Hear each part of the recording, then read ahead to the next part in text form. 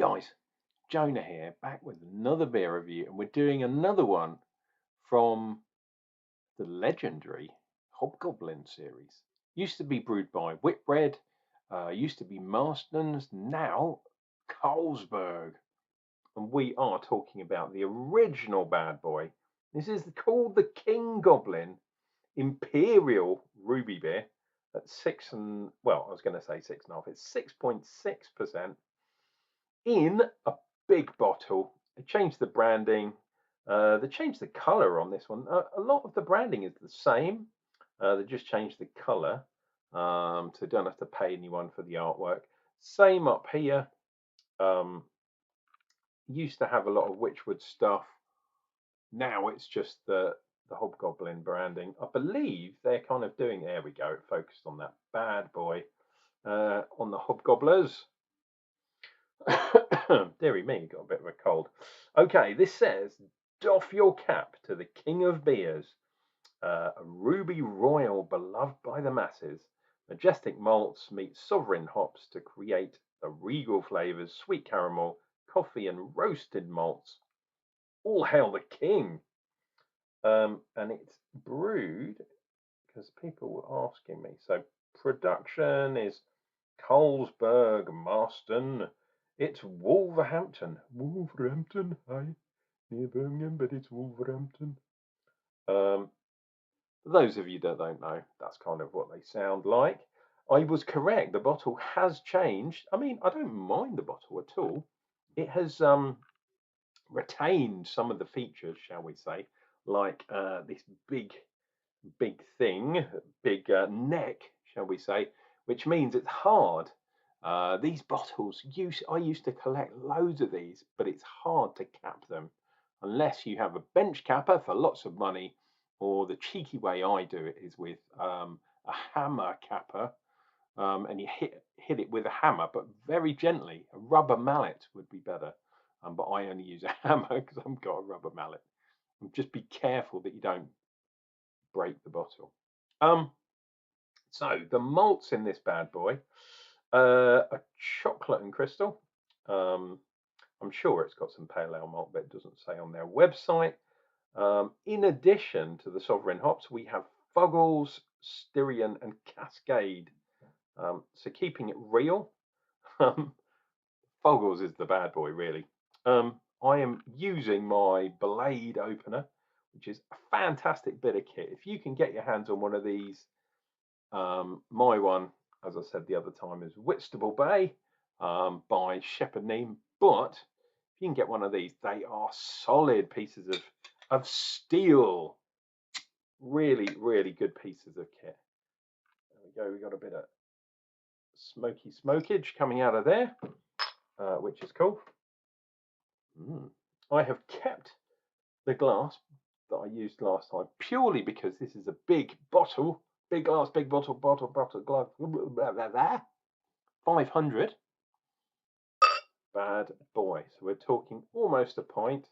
And unlike the stout, this has been in the fridge overnight since yesterday. Oh, there we go. Nice. Managed to force a little bit of head on that bad boy. Wow. That colour is amazing. Oh, and I'm even wearing my Knob Gobbler t-shirt today. So, you know, branding and all that. Let's do that down there, and then one of those for a bit of luck.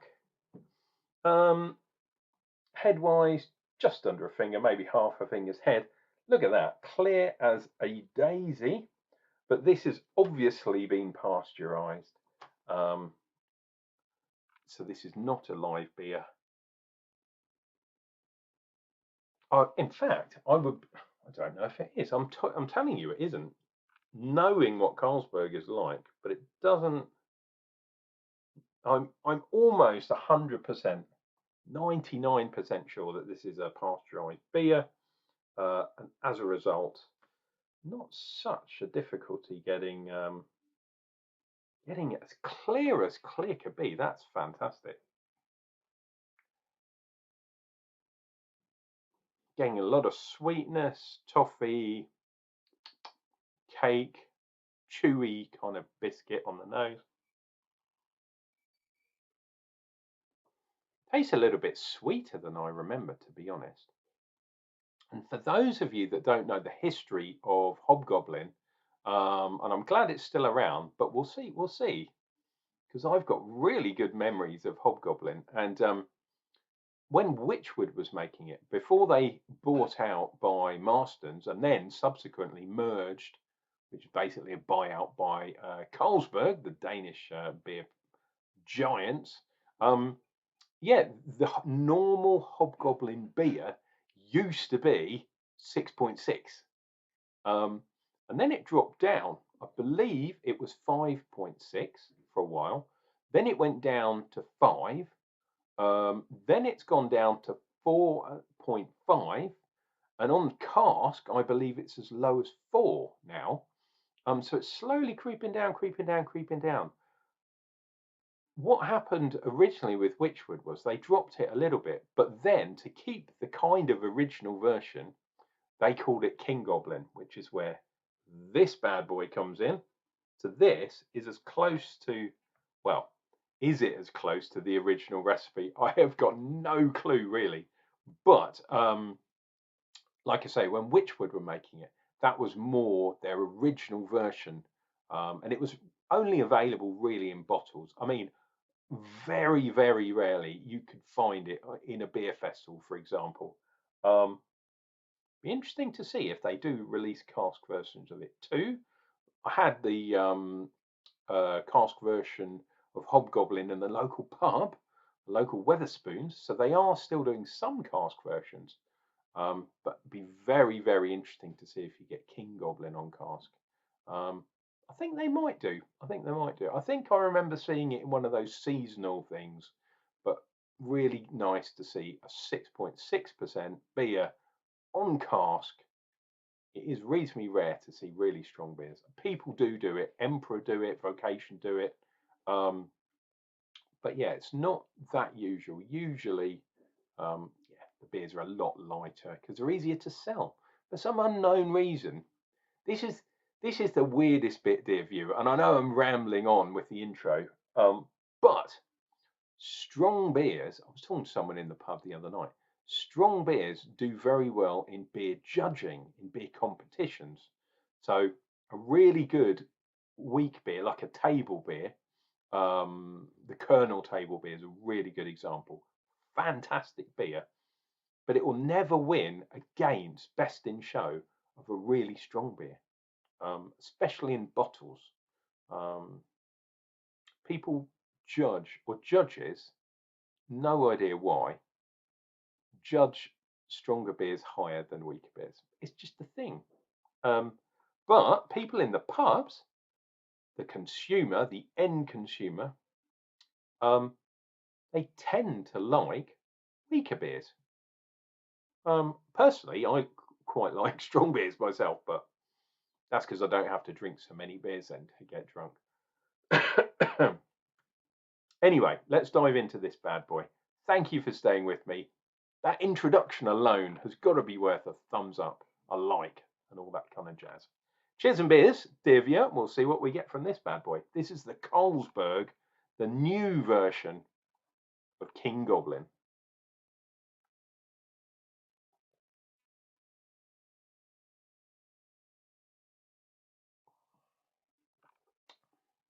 Ooh. Wow. Yes, that has changed. Mmm. Really sweet. It's like a fruit cake, but really oversweet. Have they put extra sugar in here? Have they put something in? Maybe a touch of lacto. I don't think they have. But it's overly sweet, in my opinion. The bitterness kicks in second. It does have that sovereign thing, kind of fruity, and then the spice is coming through. Yeah, that's going to be from the Fuggles, I guess. And then some more fruit. It's really interesting. It's like a fruit tea cake. You've had a tea cake. or a rock bun, you know, those kind of small cakes, a single person cake, a, a cake for one person. Have it in a tea shop or something like that. But it's a cake with lots of dried fruit and raisins, sultanas, that type of thing. Maybe some cherries in there too. Um, that's the kind of thing. But it's like, yeah, or a Christmas cake. Not so much a Christmas pudding. Imagine a Christmas cake that's got some sort of sweet, not whiskey, but maybe rum or something on it. That's giving it an alcoholic tint, but it's got a lot of residual sweetness in there. My God, is this doing my speech in already? It might be, dear viewer. Yeah, it's not. It's not, in my opinion, as good as the Witchwood version. They have definitely done something to the recipe here. Doesn't kind of link together so well. It tastes a little bit fake, a little bit false. Um, maybe they're adding syrup or something like that to it. Um, weirdly, it's got that kind of homebrewy twang thing going on. Very bizarre.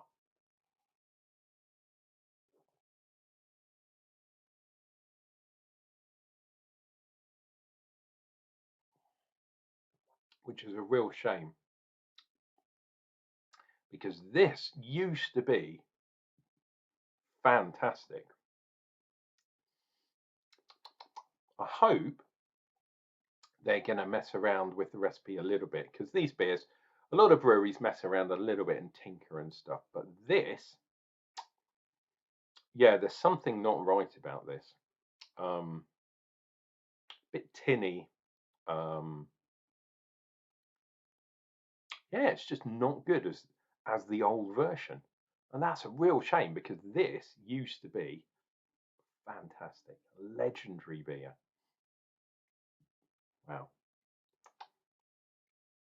Tell you what, though, it's interesting having Cascade. I guess um, because Carlsberg is a massive brewery, they can get hold of Cascade. A lot of people these days, especially in the craft brew scene, and I definitely wouldn't call Carlsberg craft beer. Witchwood, possibly. I'd say Witchwood's more. Witchwood was an enigma because it was kind of craft beer, but it was kind of old school camera kind of beer as well. It really did cross over those two genres and kind of bring them together, which was fantastic news for someone that likes craft beer and is an active member of camera and a beer judge, and you know the score.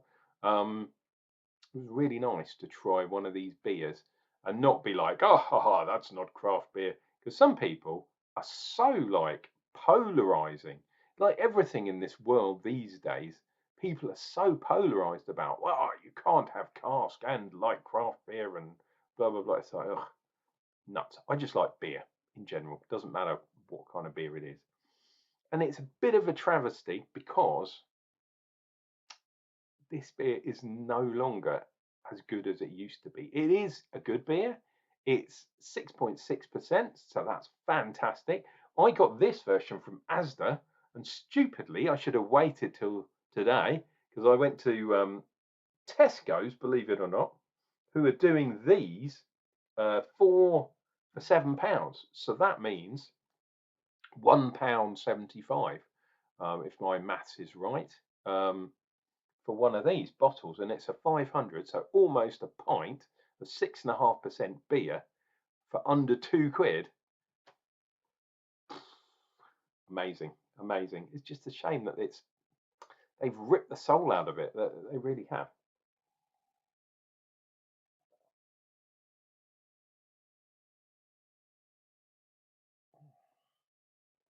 Right, so let's look for the good bits. So, lovely malty taste there. Like I say, a lot of fruit going on.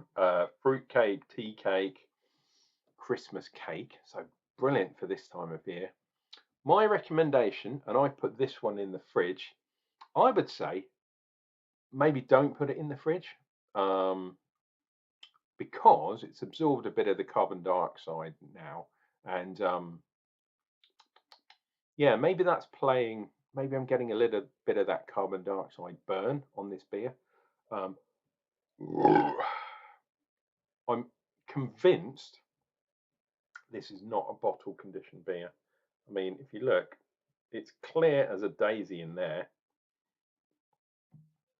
The beer is fantastically clear if you care about such things. Even though I'm old school and I like camera and I like cask beer, I don't really have a hang up on having hazy beers. I don't mind if it's a bit hazy. If it's supposed to be, if it's not supposed to be, then fair dues, it's not supposed to be. But I don't have a problem. A lot of people do. They look at a hazy beer and go, "Oh, that's not good," which is proper old school. This is nice, but like I say, the original was fantastic, and it's just not as good. It's a real shame. Right, I better get finished because I've been waxing lyrical and talking lots of old toot and all that kind of nonsense. Cheers and beers.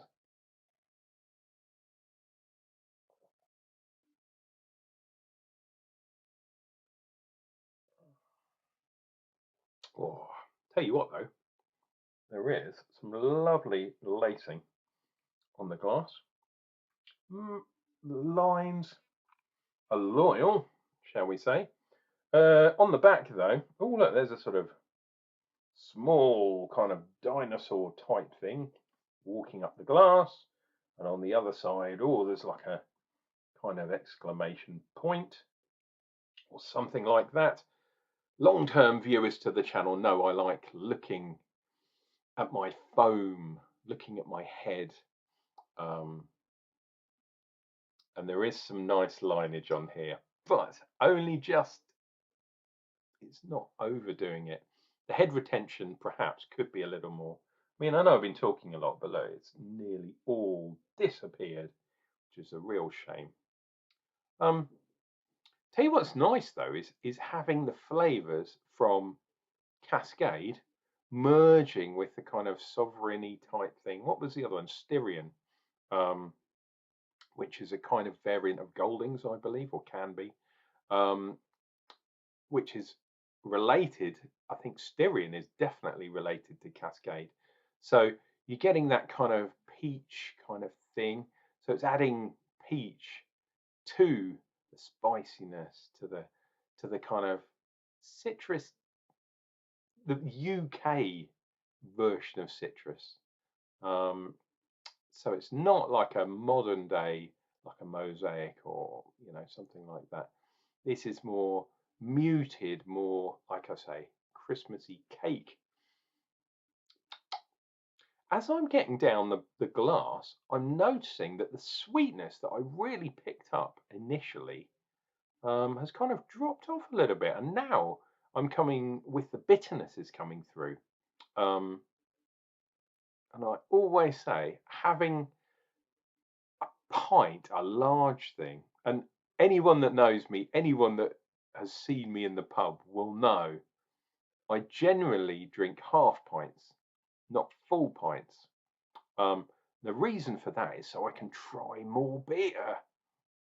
But the flip side of that, the danger of having smaller, smaller volumes is that if you savour a glass of beer, especially in the pub, which you're supposed to do with cask beer, is that your first taste, unless you're really caning your beer, will be very different to your last taste. Maybe it's because I've had the beer in the fridge and it's kind of warming up, and the kind of the isomerization of the beer is changing over time. That does happen, and that's another reason why maybe you shouldn't put your beers in the fridge. But hey, shoot me. What are you going to do? Hey, mamma mia. Bada bing. No, what am I talking about? I don't know. 6.5% beer does what it does to you, dear viewer.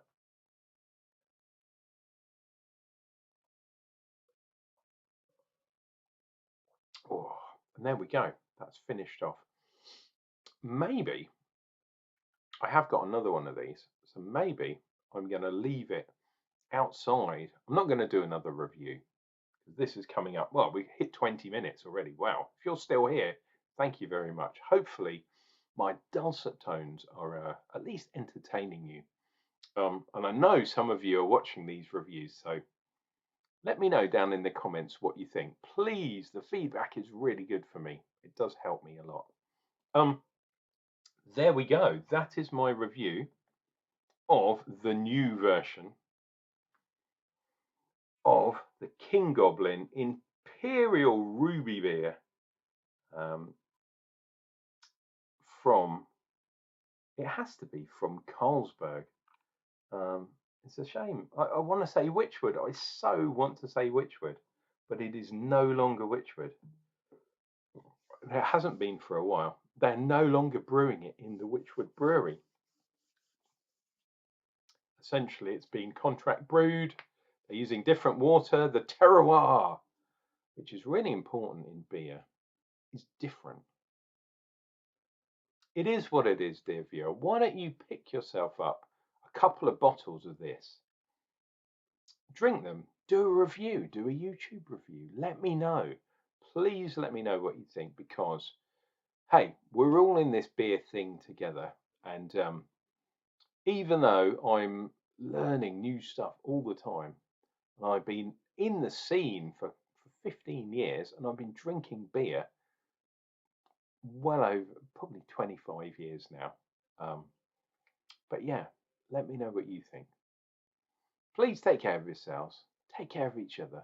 Remember, drink beer because it makes you smarter. And I'll be back with another beer review. That's coming up real soon.